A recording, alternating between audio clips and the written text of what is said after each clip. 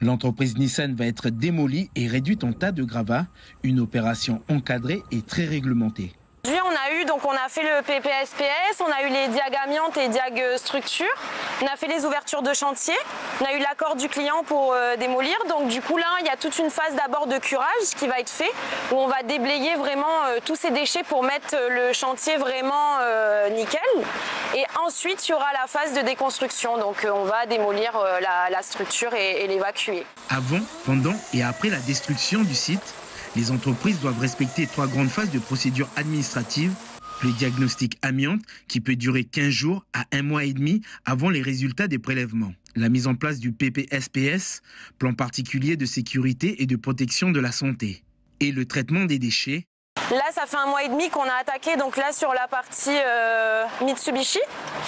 Et donc là, vous pouvez le voir qu'aujourd'hui, le bâtiment n'existe plus. La dalle non plus. Et donc du coup, on est en train de concasser du béton. Face à cette situation urgente, pour accompagner les professionnels à gérer de manière responsable les opérations de démolition et la gestion des déchets, les institutions ont établi des dispositifs. Le gouvernement a mis en place ce guide simplifié qui accompagne les entreprises étape par étape. La province Sud, quant à elle, a adopté une délibération en septembre pour encadrer juridiquement les actions de démolition. Il faut se rappeler qu'on avait plus de 900 entreprises qui ont été saccagées, un peu plus de 400 incendiées. Et donc face à cette quantité colossale de déchets, il a fallu adapter un cadre réglementaire qui soit pragmatique et adapté à la situation. La gestion des déchets incendiés est devenue une nouvelle problématique pour la collectivité.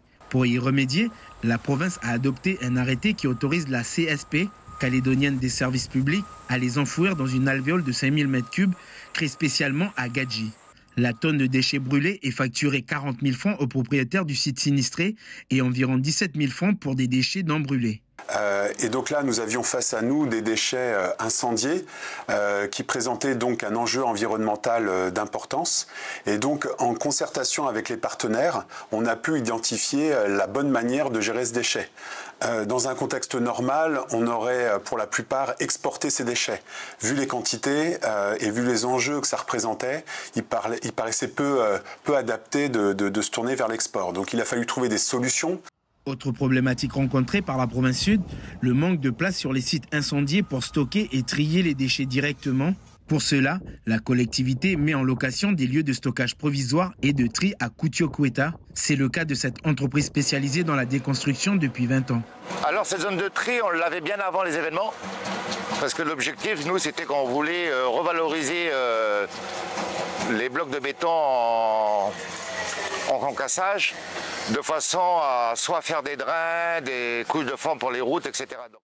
Comme les institutions, les acteurs du monde du BTP ont créé un cluster ACOTRADE. Son objectif, recommander une liste d'entreprises qui respectent la charte de la déconstruction et de la démolition responsable.